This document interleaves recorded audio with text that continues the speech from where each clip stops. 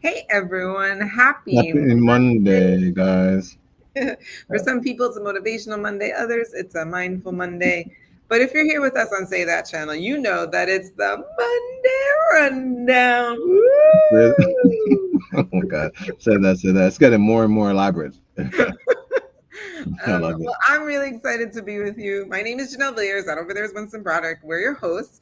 And on Monday Rundowns, we get to talk about all the things we don't talk about on our Wednesday shows. Wednesdays are earmarked for entrepreneurship and business related topics. But on Mondays, we talk about all the other things mindsets, relationships. That was last week, Yeah, that was a good episode. mental health, all sorts of things. And so we have a topic question of the day, and then we look to other content creators, other thought leaders, and hear what they have to say about the same topics. That way, we all get to learn together. It's really awesome. So, welcome aboard.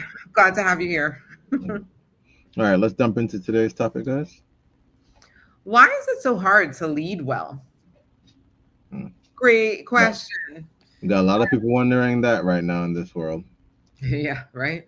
Um, I'll even bring up the fact that we talked about how leadership is in different places. I mean, we just talked about how Wednesdays we talk about business and entrepreneurship. And sure, when people think business, they think business leaders and innovators and things like that, of course. But you have leadership in many other areas. You have leadership in the church, right? So you're leading a particular community of people. You have political leadership. You have within the family, right? Like the head of the household, or just the person who leads the family, I guess. So I just feel like leadership is in so many different places, and certainly leading yourself. That's probably number one, right? You have to be able to lead yourself. So um, I think it's really hard because sometimes it can feel like herding cats if you're trying to lead other people. Sorry, and I love that metaphor because I always picture it in my head, and I'm like, yep, really can't herd cats, and so it really feels that way sometimes. uh, and I think one like reason why it's so hard is I think you have to have a vision for a goal that like now you get everybody on board to have the same goal or same vision. So I think being a really good communicator, being a really good storyteller is really helpful for that, so that people can digest and understand what your goal and what you're committed to. And people love being a part of something that's bigger than them. So I think if you can, if you're good at making that plain and making that clear, I think that'll help you along the way. And then you still have to herd the cats, because even though they have the same goal, they still might have a million different ways to get to the same place. And so I still think there's more involved, more than that. And I think that's when nuance comes in, things get a little bit trickier. But that's my like hot take on the matter. Hmm. I would. When it's funny when you said the statement about herding Cats. a group of cats. What I thought of was a lion, and how a lion's able to get the other whatever cats in essence in to do certain things. And I would Mhm. say what leadership also needs, because I think to lead people, it does, you can be charismatic, you can you can have this that thing about you, you can speak well, you can communicate well, but I think there's there has to be some sense of organization to whatever a vision is. What I've always appreciated about, like, I think back even to like our when we were like in the trenches network marketing days. And one of the things I appreciated at times was when the people who were in certain managerial positions or leadership roles would openly admit, hey, I'm not great at this aspect of what's necessary for the business to grow. And Mhm. so I'm leaning on this person, or we're bringing in this person, or we're promoting whatever the case may have been, because this person has skills in this area in order that in order for us to get to this next place or this next level. And I think even in our lives there has to be some sense of organization. I think even when people hire people like life coaches or Mhm. business, it's just somebody to get you more organized with a plan to execute whatever you're trying to execute on. Mhm. um and I think so. I think that's the aspect of leadership that we may not always have. I think we are in some area, like you pointed out, families have leaders, church organization, and you might be the pastor, which is in some instances that's the structure that's usually that's who we look to. But what if the pastor doesn't know finances? Like, what if he's bad at or setting up events to get people to come to church? Like, what if he's just a great communicator? What if he's a really nice person to be around? But what if that's just not that area, his area of zone of It's, genius, is, yeah, yeah, yeah. so yeah, like if that's not that person's thing, again, they could be a great leader, but when somebody may call them a bad leader, is hey, Mhm, look, no one's coming to church. The mhm, pews are empty. The you know what I mean, like we're mhm, the church is closing because we can't get nobody in this place. mhm, One of the things I love even about like our publishing business and even in that, I think I like the partnership aspect of it because there's strengths I think each of us has, and mhm, leaning on those strengths I makes it's like we're each leading each other. If there's mhm, you know what I mean, like there is leadership within it because we both know, hey, I need someone to think that who thinks differently than me or has different skills than me to help this thing get to the next place. mhm. So I think that's what it is. Just a lack of organization could be what is hurting someone in terms of leading well. So two people I think of when you mentioned that. One, Steve Jobs was a great visionary. He had a great vision, but he needed a Steve Wozniak, someone Yeah, who could great like point. put There you go. together and organize and plan. So leadership maybe is just partnering with people who can like help the vision. I mean, to bring it back to that point. And it also reminds me, do you remember that video, The Lone Nut?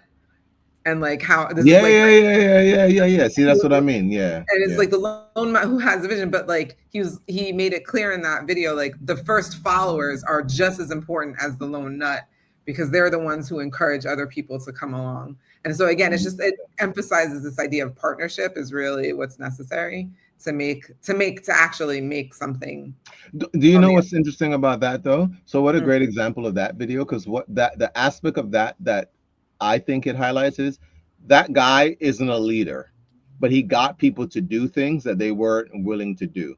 But I Mm-hmm. think the mistake we may make is by jumping on there and go, oh, that dude is a leader. It's like I wouldn't go that far because again, what's his plan beyond that action step? Like I mean, what was his sometimes you thing? don't need anything I'm beyond just that. I'm just using, but that's what I'm saying. That's the part where I'm saying that's where I think we fall into. It's cool to say that part, and then but there is always going to be a beyond.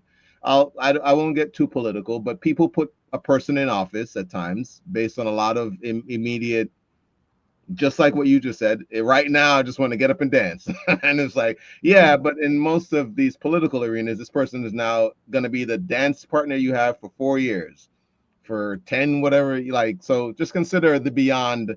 He got you hype, he got you out there in the bushes dancing. Now you got to dance with this man or woman for 4 years or so on and so on. I'm not saying that in in everything political, but I'm just pointing that out Mm-hmm. because I We'll hear put you on that. the But that's link what I for said, he the wouldn't be a lone. great leader is a good, that's all I was pointing out. Mm-hmm. We'll put the link for that video in the comments. You guys can watch that so you know what we're talking about. But I will say that he does emphasize that point. He's like, "Did you miss it? Did you miss it?" It's not the lone nut. It's the first people who follow him. That's the Yeah, secret. that's Yeah, what's really, yeah. yeah. All right, so who do we got today? All right. We are coming back to some old time favorites. We did this a couple weeks ago. We went back to Big Think because guess what? They do Oh, think really big nice. and Yeah, they really talk well about certain topics. And I can't wait to hear the guests that they have to share about this one. So here we go. let's do it. If you're a manager or a leader and all you do is dream big dreams and think and talk about the future in lofty visionary terms and you don't actually get anything done, everyone is going to hate you. And meanwhile, if you're a person who's in the trenches and all you do is sort of the logistical, tactical, this is what we do tomorrow, grunty stuff, and you never go up to the mountaintop and say, here's our vision, everybody is going to hate you. When I teach managerial skills, I refuse to use the word manager or leader, and I've created this very unattractive word lanager, which of course is a blend of those two words, because it's only academics who debate what leaders do versus what managers do. And I actually believe, from living in the real world of business, that there's really a blend of those two jobs in real life. And it doesn't make any difference if you're managing 3 people or 300,000 people. The very best people at the top of teams or organizations are doing a little bit of managing and a little bit of leading. Hi, I'm Susie Welch. I'm a professor of management practice at NYU Stern School of Business.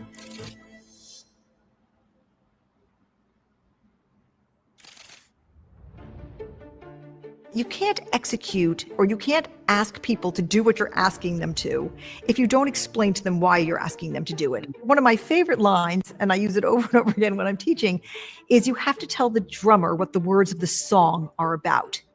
You can't just give the drummer the music and tell him to hit it. He's not going to be half as good, or she's not going to be half as good as if they know what the song is about so they can put their whole selves into it. This is what managers and leaders should be doing, okay? Telling the drummer and all the other musicians on stage what the words of the song mean, why you're doing the work. And then this is the how. Now we're going to execute. And the job of the manager and the leader at the same time is to be going back and forth between the why and the how, and the why and the how, sometimes in one conversation, and certainly always in the same day. Part of what makes you very good as a person running a team in the manager role is to be the simultaneous translator between your team and the people up there. When I see simultaneous translators at the UN and I see them going back and forth translating a conversation between, say, the Chinese delegation and the Bulgarian delegation, and you can see how exhausting this is, I think, yeah, that's the work of a good manager. That takes diplomacy. It takes courage. It's more than being a messenger, because when you're a messenger, you sort of drop the bomb. You say, this is what they're saying up there. And you just sort of keep your poker face about it. Or you go up to the top and you say, everybody really wants to work from home 2 days, blah, blah, blah. And then you just sort of stand there and you act like Switzerland. You're neutral. The really good manager, they are not just doing that. They are explaining both groups to each other, and they're taking a stand. I mean, the worst thing in the world is a fingerprintless manager. Leave no sign of what you really believe, okay? Everybody comes to resent that. You sort of agree with the last person in the room. You've got to have conviction. It may shorten your career in some places, but at least you stood on your principle, and your reputation for integrity will follow you. People hate making hard calls because when you have put your name with the decision and then it bombs, your name's on it. And nobody wants to be exposed to failure, because generally people want to keep their jobs. But you have to develop this, otherwise you will get a reputation for a person who cannot be a leader. You can't move an organization forward if you don't make decisions. You have to decide about pricing, market segmentation, branding. I mean, you just have to make one decision after another. The hardest decisions, of course, are people decisions. Who goes into what job and what they actually do. Don't get me started. That's very, very hard. But once you've failed a few times in business, you realize, oh, life will generally go on. And I'll be able to say to my team, look, we did that once. It didn't work. I own it. This is what I've learned. And the respect you get for saying, I made that mistake. I own it. This is what we learned, is unbelievable.